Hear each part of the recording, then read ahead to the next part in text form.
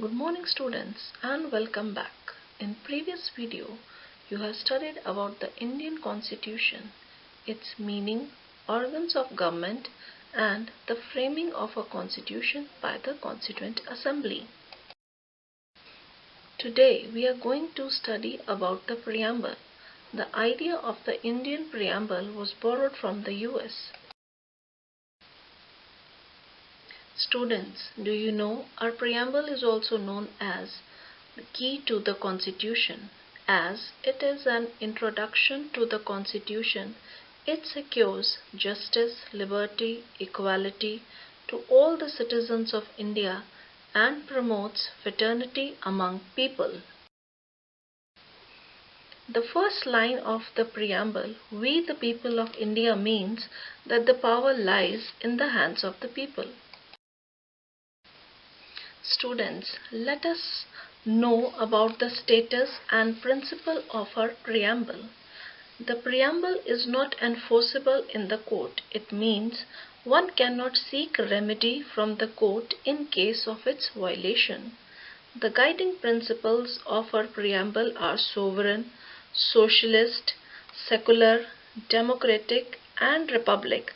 This is also known as basic structure of our constitution, and any constitutional amendment cannot change or alter these principles.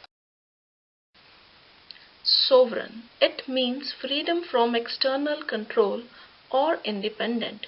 The preamble declares India as a sovereign country. That means India is free to formulate any of its domestic and foreign policies. Socialist. The word socialist was not in the original text of Constitution. In 1976, the words socialist, secular, unity and integrity were added to the preamble by the 42nd Amendment Act. It means that state will ensure equal distribution of wealth among its people. It also aims to provide equal opportunities to bridge the gap between the rich and the poor. Children, as you know that India is a multi-religious and multicultural society, the government does not interfere in religious matters and no discrimination can be made by the government on grounds of religion. Secularism means that our country has no official religion and all religions are equal before the law. Democracy. It means the government is chosen by the people. In India, all the adults who are 18 years of age and above can exercise their voting rights and elect their representatives. This is known as universal adult franchise. In phrase of Abraham Lincoln, the 16th President of America, democracy is a government of the people, by the people and for the people. Republic. It means that our country has an elected head of state, the President. He is elected directly or indirectly for a period of 5 years. However, such a head has no hereditary right.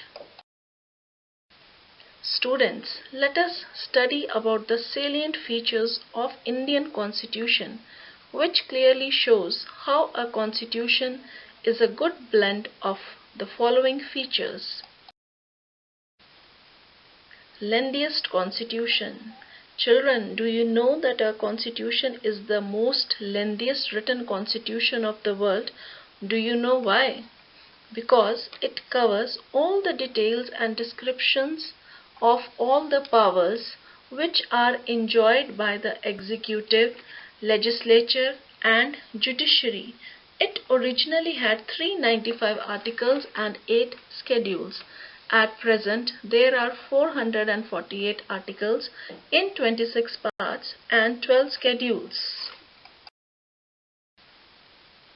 A constitution is both flexible and rigid. It is flexible because provisions may be amended or modified by simple majority in the parliament. In case of rigid constitution, special procedures are required for amending them. The Indian constitution can be amended by three different ways: by a simple majority in the parliament, by a special majority in parliament, or by a joint initiative of parliament and state legislature. Single citizenship. The Constitution of India gives single citizenship to the people of the country. All the people, irrespective of the states in which they reside, are the citizens of the country. This is unlike the USA, where a citizen is a citizen of USA and the state in which he or she resides. This is called dual citizenship.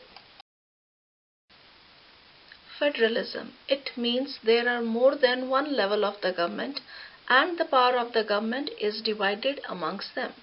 In India, there are two levels of government, the central and the state government. Their powers are clearly mentioned in the Constitution. The laws on affairs of national importance are made by the central government, like presently COVID-19 situation. The country is undergoing lockdown. Now these laws are applied to all states. Individually, states make their own laws suitable to their needs. They are applied to that state only.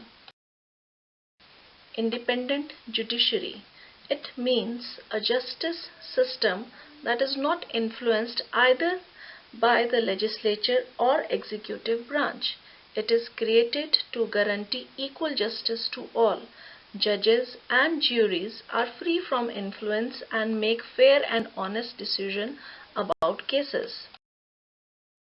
Parliamentary form of government.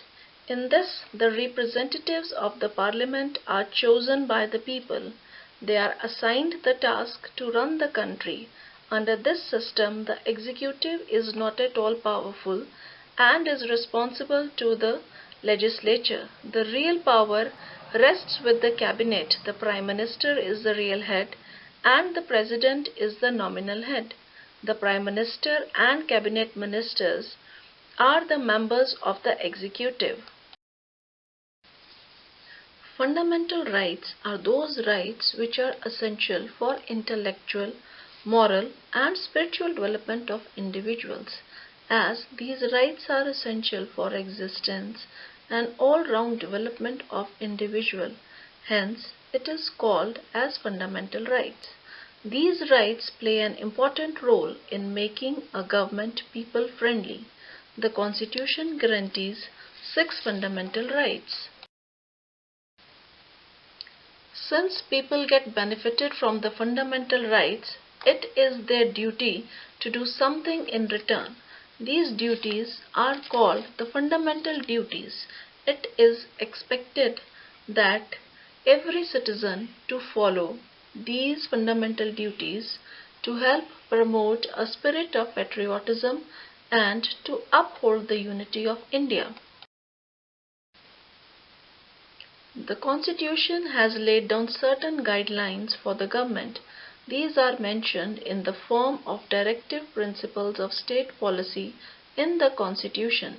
These are not enforceable in a court of law, but it is expected of the government to keep these principles in mind while creating laws or formulating policies. Thank you, students, and I hope you are taking good care of yourself.